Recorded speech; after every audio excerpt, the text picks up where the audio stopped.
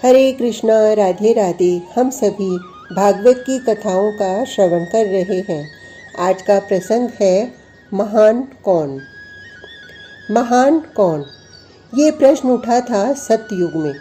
बड़े बड़े ऋषियों की सभा लगी थी उस काल में। सतयुग का वह पावन काल था। निसर्ग पूर्ण शुद्धता में स्थित था। सरस्वती नदी का पवित्र तट, वहाँ ऋषियों की सभा लगी थी।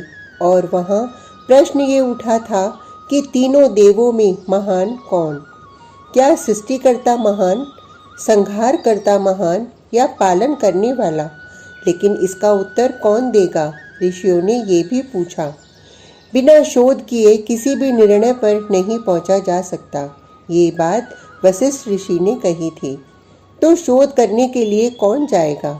शोध नहीं, परीक्षा ही होगी उन तीनों देवों की, ये बात ऋषि भृगु ने कही थी। तो ऋषि भृगु ही जाएं, ऋषि अंगिरा ने कहा। ऋषि अंगिरा की बात सबने स्वीकार करी। ऋषि भृगु निर्भय हैं, ये किसी से डरते नहीं। ये सभा यहीं स्थगित कर दी जाती है, क्योंकि ऋषि भृगु आकर अब जो निर्णय देंगे वही हम सबको मान्य होगा। ऋषि वशिष्ठ ने ये कहकर सभा स्थगित करी थी। ऋषि भृगु वहां से चल दिए थे तीनों देवों की परीक्षा लेने। हे ऋषियों, श्रेष्ठत्व केवल शक्ति में नहीं, किसी का संहार कर देना ये श्रेष्ठ होने का लक्षण नहीं है, न सृष्टि उत्पन्न करना ही है। ऋषि भृगु तीनों देवों की परीक्षा करके लौटे थे और वो अपना निर्णय सुना रहे थे। ये मेरा निर्णय नहीं है, ये तो अनादि सत्य है। श्रेष्ठ तो वो है जो पालन कर रहा है, क्योंकि पालन में, जीवन की सुव्यवस्था में क्षमा सबसे पहले जरूरत होती है। दूसरी आवश्यकता है नम्रता। ऋषि भृगु कहते हैं, अगर नम्रता नहीं है तो जीवन की सुव्यवस्था आपसे संभव नहीं। और इसके बाद आवश्यकता होती है उदारता की। आपके भीतर उदारता के गुण है। ऋषि कहते हैं, जिनमें उदारता हो, जिनमें क्षमा हो और जिनमें नम्रता भरी हो, परम श्रेष्ठ वही है। किंतु ऋषि भृगु, आपने परीक्षा कैसे ली, ऋषि अंगिरा ने पूछा था। ऋषि भृगु ब्रह्मा के पुत्र हैं, इसलिए त्रिदेवों में उनकी ही परीक्षा लेने की ऋषि ने पहले सोची और चले गए सभा से सीधे ब्रह्मलोक।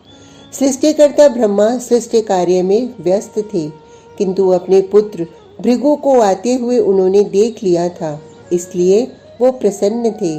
पुत्र भृगु अपने पिता ब्रह्मा के चरण छुएंगे और पिता आशीर्वाद देंगे।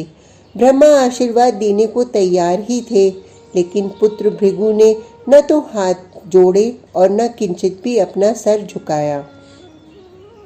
इतना अहंकार अपने तप का। ब्रह्मा का क्रोध से मुखमंडल अरुण हो गया था। कोई और होता तो शायद शाप भी दे देते ब्रह्मा, लेकिन ये तो अपना ही पुत्र भृगु है। बेचारे ब्रह्मा शाप भी न दे सके।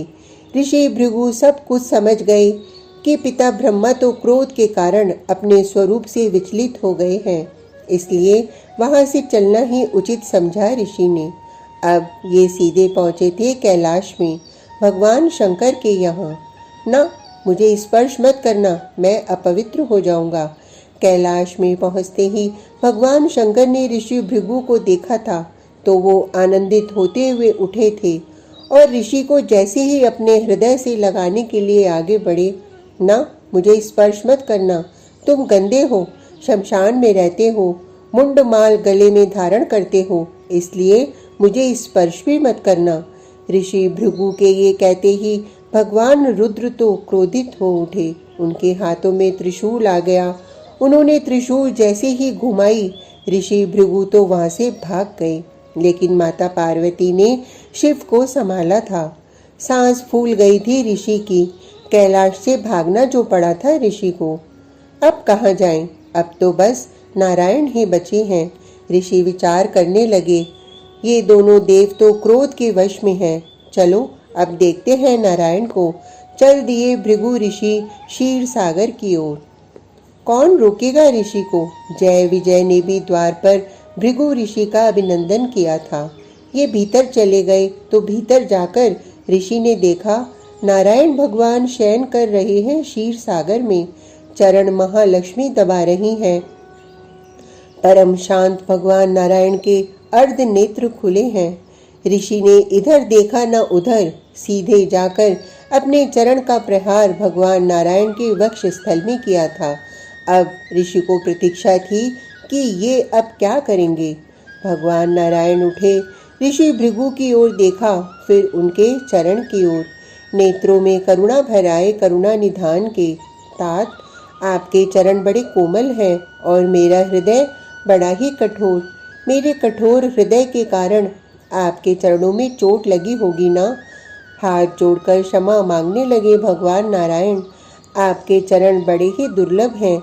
ये तो आपकी कृपा है कि मुझे ये चरण मिले, किंतु हे ऋषि, अपराध मुझसे हुआ है कि इन कोमल चरणों को हृदय कोमल नहीं मिला, इसलिए मुझे क्षमा कीजिएगा। ओ भगवान नारायण के मुखारविंद से ये सब सुनकर भृगु ऋषि का हृदय भर आया। उन्होंने साष्टांग प्रणाम किया और श्री हरि के गुणों को गाते हुए ये लौटकर उसी सरस्वती के तट पर आ गए थे। तो कौन है त्रिदेवों में श्रेष्ठ? सभी ऋषियों ने पूछा। ऋषि भृगु बोले, भगवान नारायण। क्यों?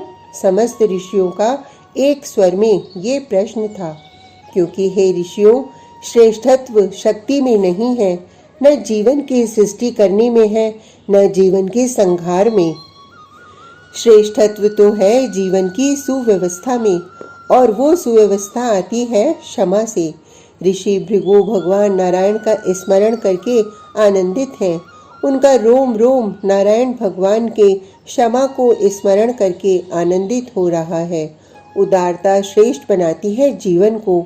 मुस्कुराए ऋषि भृगु, नम्रता के बिना आप श्रेष्ठ बनने से बहुत दूर होते हैं। और हे ऋषियों, ये सारे गुण भगवान नारायण में हैं। उनमें क्षमा है। मेरे चरण प्रहार को भी उन्होंने अपना अपराध बताया, और नम्रता इतनी कि मेरे चरणों को पकड़कर वो बिलख उठे कि चोट तो नहीं लगी, और उदारता तो इतनी कि स्नेह पूरा मुझ पर ही उड़ेल दिया था। अब सारे ऋषियों ने भगवान नारायण को वहीं से प्रणाम किया और ऋषि भृगु का आभार जताया। ऋषि भृगु तो गदगद हैं भगवान नारायण का स्मरण करके। शुकदेव कहते हैं, आज का प्रसंग इतना ही। कल तक के लिए हरे कृष्णा, राधे राधे।